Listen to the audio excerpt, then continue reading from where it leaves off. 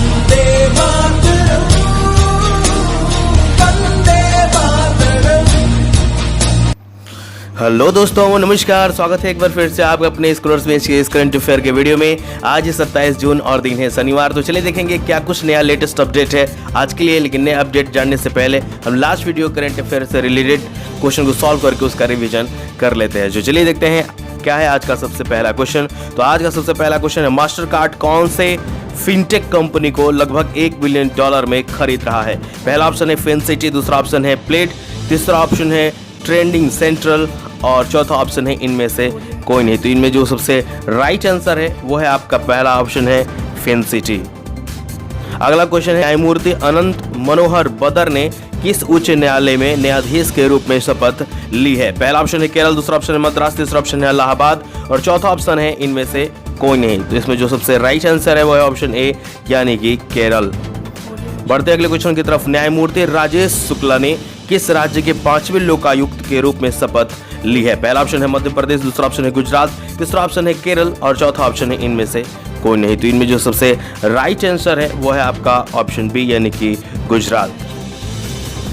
बढ़ते हैं अगले क्वेश्चन की तरफ, सरकार ने कितने रुपए का पशुपालन आधारभूत संरचना विकास कोष पेश किया है। पहला ऑप्शन है 5,000 करोड़, दूसरा ऑप्शन है 15,000 करोड़, तीसरा ऑप्शन है 10,000 करोड़ और चौथा इनमें से कोई नहीं। तो इनमें जो सबसे राइट आंसर है वो है ऑप्शन बी यानी कि 15,000 करोड़ की कोष की पेशकश की है।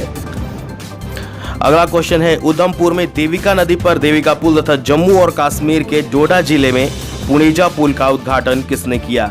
पहला ऑप्शन है अमित शाह, दूसरा ऑप्शन है पीयूष गोयल, तीसरा ऑप्शन है राजनाथ सिंह और चौथा ऑप्शन है इनमें से कोई नहीं। तो इनमें जो सबसे राइट आंसर है वो है ऑप्शन डी यानी कि इनमें से कोई नहीं। तो इसका जो सही जवाब होगा वो होगा डॉक्टर जितेंद्र सिंह, जो इनमें से नहीं है, इसलिए इसका आंसर इनमें से कोई नहीं होगा।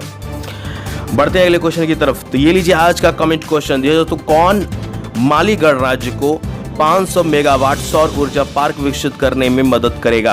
पहला ऑप्शन है ONGC, दूसरा ऑप्शन है NTPC, तीसरा ऑप्शन है गेल, चौथा ऑप्शन है इनमें से कोई नहीं। क्वेश्चन एक बार फिर से ध्यान से सुन लें, कौन माली को 500 मेगावाट सौर ऊर्जा पार्क विकसित करने में मदद करेगा।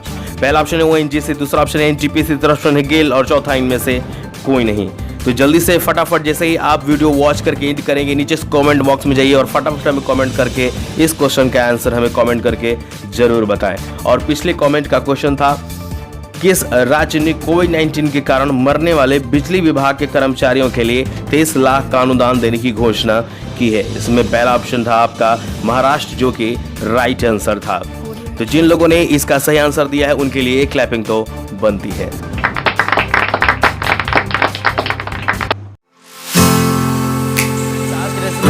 आज के नेशनल अपडेट में जो सबसे पहला अपडेट है वो है BLR रनवे पर AWMS तकनीक स्थापित करने वाला बना भारत का पहला हवाई अड्डा। दोस्तों, बेंगलुरु इंटरनेशनल एयरपोर्ट लिमिटेड यानी कि BIAL, जो कैंपेगौड़ा इंटरनेशनल एयरपोर्ट का संचालन भी करता है, अपने नए रनवे के दोनों छोरों पर स्वदेशी रूप से विकसित एविएशन वेदर मॉनिटरिंग सिस्टम स्थापित करने वाला भारत का पहला हवाई अड्डा बन गया है। यह नई AWMS यानी कि aviation weather monitoring system Bengaluru स्थित CSIR नेशनल एरोस्पेस लेबोरेटरीज द्वारा विकसित की गई है। इसके अतिरिक्त BIAL ने 4 दृष्टि ट्रांसमिसोमीटर को भी स्थापित किया है, जिन्हें NAL द्वारा लाइव रनवे विजिबिलिटी रेंज के लिए भारतीय मौसम विभाग यानी कि इंडिया मेट्रोलॉजिकल डिपार्टमेंट के साथ मिलकर अलग से विकसित किया गया है। अगला अपडेट है छत्तीसगढ़ यानी कि छत्तीसगढ़ का ठोस अपशिष्ट प्रसंस्करण संयंत्र। जी हाँ दोस्तों, छत्तीसगढ़ के सबसे बड़े ठोस अपशिष्ट प्रसंस्करण संयंत्र का उद्घाटन रायपुर में किया गया, जहां प्रतिदिन 500 टन कचरे का निपटान किया जाएगा। छत्तीसगढ़ देश का पहला राज्य बन गया है जहां किसी भी शहर में एकत्रित 100% कचरे का वैज्ञानिक विधि से निपटान किया जाएगा। अगला अपडेट है IAS सिविल लिस्ट 2020 लॉन्च। जहां दोस्तों केंद्रीय मंत्री डॉक्टर जितेंद्र सिंह ने IAS सिविल लिस्ट 2020 और नई दिल्ली में इसका संस्करण लॉन्च किया है। यह IAS सिविल लिस्ट का 65वां संस्करण है और सभी स्टेट कैडर्स के IAS अधिकारियों की तस्वीरों के साथ 2 सिविल सूची है। सूची में बैच, कैडर, राज्य, वर्तमान पोस्टिंग, वेतन और भत्ते, शिक्षा, सेवानिवृत्त के अनुसार आईएएस की जानकारी शामिल है। अगला अपडेट है, सभी नियमित ट्रेन सेवाएं रद्द होंगी। जी दोस्तों, रेलवे ने 12 अगस्त 2020 तक मेल, एक्सप्रेस, पैसेंजर और उपनगरीय सेवा सहित सभी नियमित सीमा समय वाली यात्री सेवाओं को रद्द करने का निर्णय लिया है। हालांकि विशेष राजधानी जो 12 मई से शुरू हुई थी और विशेष मेल एक्सप्रेस सेवा जो 1 जून से शुरू हुई थी अब भी चलती रहेंगी। अगला अपडेट है नीति आयोग से, यानी कि नीति आयोग ने नेविगेटिंग द न्यू नॉर्मल अभियान का किया शुभारंभ। जो दोस्तों, नीति आयोग द्वारा bill and Melinda Gates foundation, BMGF, Ashoka university, centre for social and behavioural change, CSBC और स्वास्थ्य मंत्रालय और महिला एवं बाल विकास मंत्रालय के साथ मिलकर नेविगेटिंग द न्यू नॉर्मल नामक एक नया व्यवहार परिवर्तन अभियान शुरू किया है। इस अभियान को 2 भागों में चलाया जाएगा। पहला वेब पोर्टल अभियान है और दूसरा मीडिया अभियान है। वेब पोर्टल सार्वजनिक भागीदारी बढ़ाने का प्रयास करने के साथ साथ लोगों को कोविड से सुरक्षा रखने के लिए अपने व्यवहार को बदलने के लिए प्रोत्साहित करेगा। नीति आयोग के CEO वर्तमान में अमिताभ कांत जी हैं। अगला अपडेट है, धर्मेंद्र प्रधान ने उड़ीसा के पारादीप में PADC केंद्र का किया उद्घाटन। जैसे केंद्रीय पेट्रोलियम और प्राकृतिक गैस और इस्पात मंत्री धर्मेंद्र प्रधान ने उड़ीसा के पारादीप में इंडियन ऑयल द्वारा स्थापित उत्पाद अनुप्रयोग और विकास केंद्र यानी product application and development centre का उद्घाटन किया है। इंडियन ऑयल ने अपनी रिफाइनरी और पेट्रोकेमिकल्स परिसर के पास ही 43 करोड़ रुपए USD यानी कि $6.10 बिलियन पूंजी से PADC की स्थापना की है। PADC की 4 प्रयोगशालाएं हैं, जिनमें polymer processing lab, analytical testing lab, chemical analysis lab और कैरेक्टराइजेशन लैब शामिल हैं। बात करें उड़ीसा की, तो उड़ीसा के मुख्यमंत्री वर्तमान में नवीन पटनायक और यहाँ के राज्यपाल गणेशी लाल हैं। फ्रेंड, आज के इंटरनेशनल अपडेट में जो सबसे पहला अपडेट है, यात्रा पीड़ितों के समर्थन में संयुक्त राष्ट्र अंतर्राष्ट्रीय दिवस 26 जून को मनाया गया। जो दोस्तों, international day in support of victim of torture यानी कि यात्रा पीड़ितों के समर्थन में संयुक्त राष्ट्र अंतर्राष्ट्रीय दिवस हर साल 26 जून को दुनिया भर में मनाया जाता है। यह दिवस संयुक्त राष्ट्र द्वारा मानवीय अत्याचारों के बारे में लोगों में जागरूकता बढ़ाने के लिए मनाया जाता है, जो न केवल अस्वीकार्य है बल्कि अक्षम्य अपराध भी है। संयुक्त राष्ट्र का मुख्यालय न्यूयॉर्क में है, संयुक्त राज्य अमेरिका में स्थित है। इसकी स्थापना 24 अक्टूबर 1945 को हुई थी। एंटोनियो गुटेरेस संयुक्त राष्ट्र के वर्तमान के महासचिव हैं। अगला अपडेट है, अमेरिका में खोला जाएगा भारत के बाहर दुनिया का पहला योग विश्वविद्यालय। जी हाँ दोस्तों, भारत के बाहर दुनिया का पहला योग विश्वविद्यालय अमेरिका के लॉस एंजलिस में स्थापित किए जाने की घोषणा की गई है। इस योग विश्वविद्यालय का नाम स्वामी विवेकानंद के नाम पर रखा गया है। विश्वविद्यालय की 6वें अंतर्राष्ट्रीय योग दिवस के अवसर पर शुरू किए जाने की घोषणा की गई है। स्वामी विवेकानंद योग अनुसंधान संस्थान SVYASA के chancellor doctor HR Nagendra Vivekananda Yoga Vishwavidyalaya के पहले अध्यक्ष होंगे। FATF ने पाकिस्तान को ग्रे सूची में बनाए रखने का किया फैसला। जब दोस्तों, पाकिस्तान को देश में आतंकवादी वित्त पोषण के लिए मुकदमा चलाने और दंडित करने में विफल होने के लिए दुनिया भर में आतंकवादी वित्त पोषण पर निगरानी रखने वाले वित्तीय कार्रवाई कार्यबल यानी कि फाइनेंशियल एक्शन टास्क फोर्स ने ग्रे सूची में रखने की घोषणा की है। यह निर्णय कोविड-19 महामारी के कारण वर्चुअली आयोजित वित्तीय कार्रवाई कार्यबल की तीसरी और अंतिम बैठक में लिया गया। यह बैठक चीन के जियांग लियू की अध्यक्षता में आयोजित की गई थी। बात करें FATF की, तो FATF का मुख्यालय पेरिस, फ्रांस में है और FATF की स्थापना जुलाई 1989 में हुई थी। अगला डेट है, international day against drug abuse and elicit trafficking 26 जून को मनाया गया। हर साल 26 जून को विश्व स्तर पर international day against drug abuse and elicit trafficking यानी कि नशीली दवाओं के दुरुपयोग और अवैध व्यापार के विरोध का अंतर्राष्ट्रीय दिवस मनाया जाता है। नशीली दवाओं के दुरुपयोग और अवैध व्यापार के विरोध का अंतर्राष्ट्रीय दिवस 2020 का विषय था better knowledge for better care. और बात करें अगर United Nations on drugs and crime की, तो इसका मुख्यालय वियना ऑस्ट्रिया में है और यह स्थापना 1997 में की गई थी। सबसे पहला अपडेट है, दिल्ली में शुरू होगा सेरोलॉजिकल सर्वे। जी हाँ दोस्तों, दिल्ली में सेरोलॉजिकल सर्वे 27 जून 2020 से शुरू होगा और इसे national centre for disease control NCDC और दिल्ली सरकार द्वारा संयुक्त रूप से किया जाएगा। सभी संबंधित सर्वेक्षण टीमों का प्रशिक्षण 25 जून 2020 को पूरा हुआ। अगला अपडेट है, ई ब्लड सर्विसेज का mobile app launch.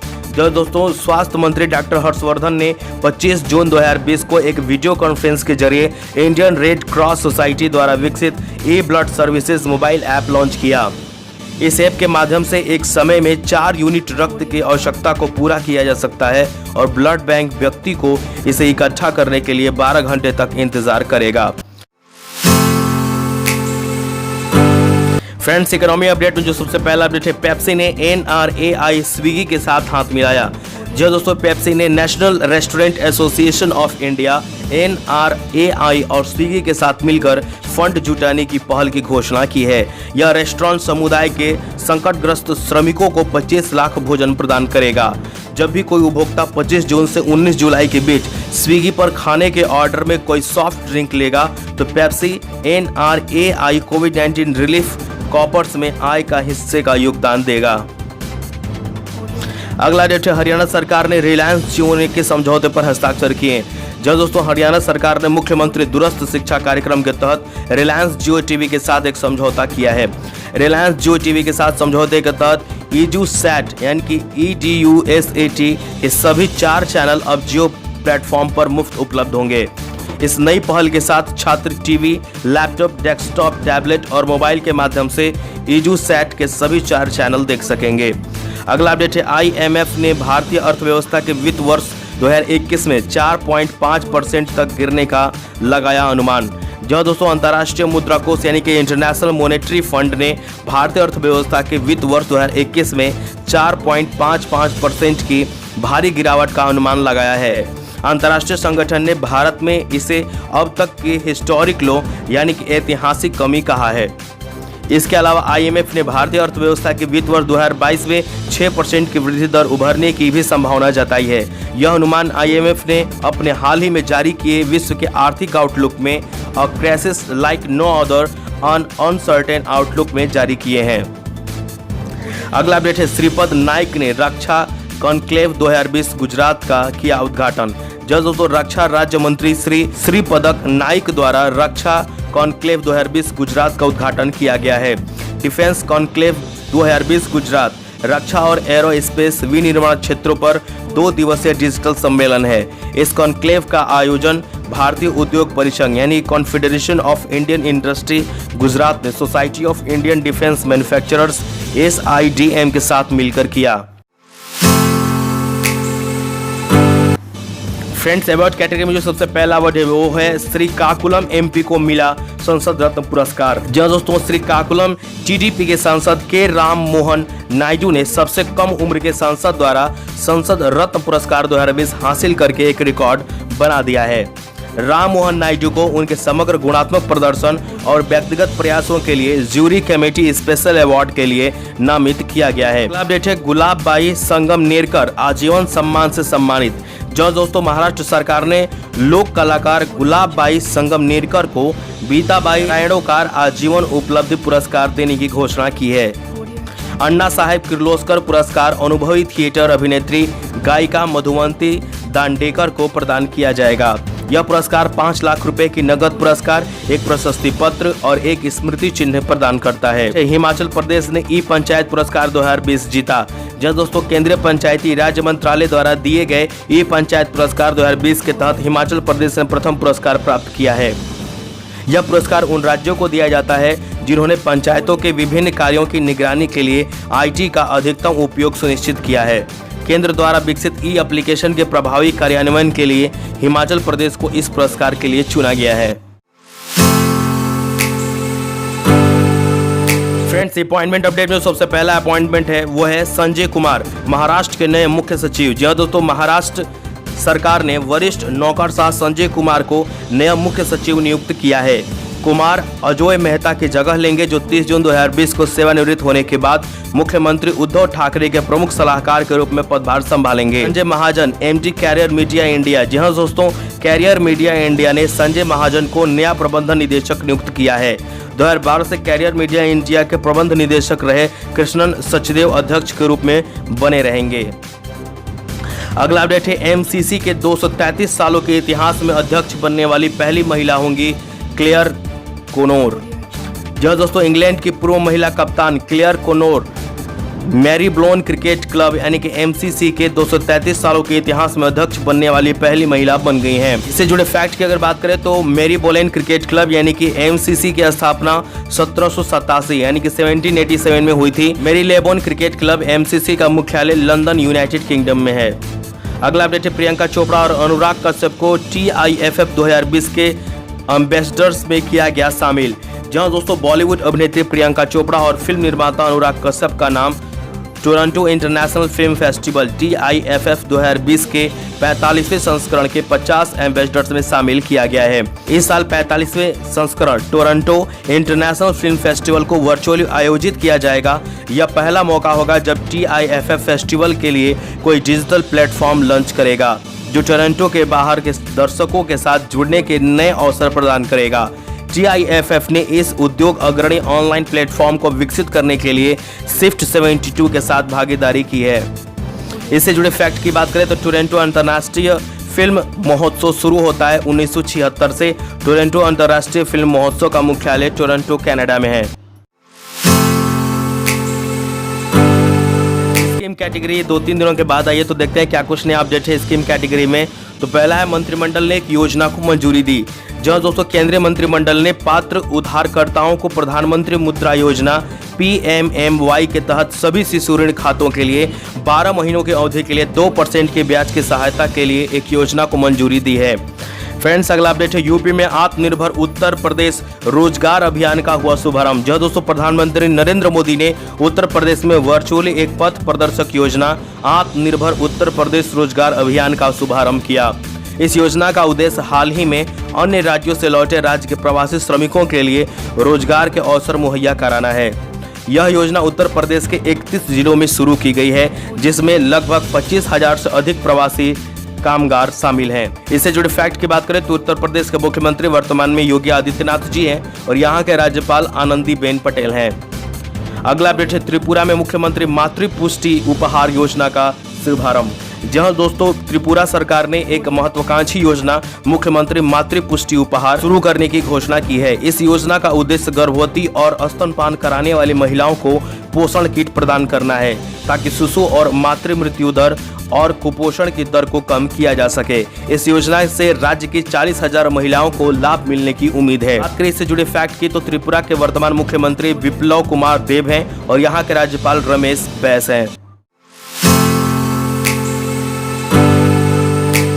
Friend sport category में जो सबसे पहला अपडेट है वो है रचेल प्रिस्ट ने की अंतर्राष्ट्रीय क्रिकेट से संन्यास की घोषणा।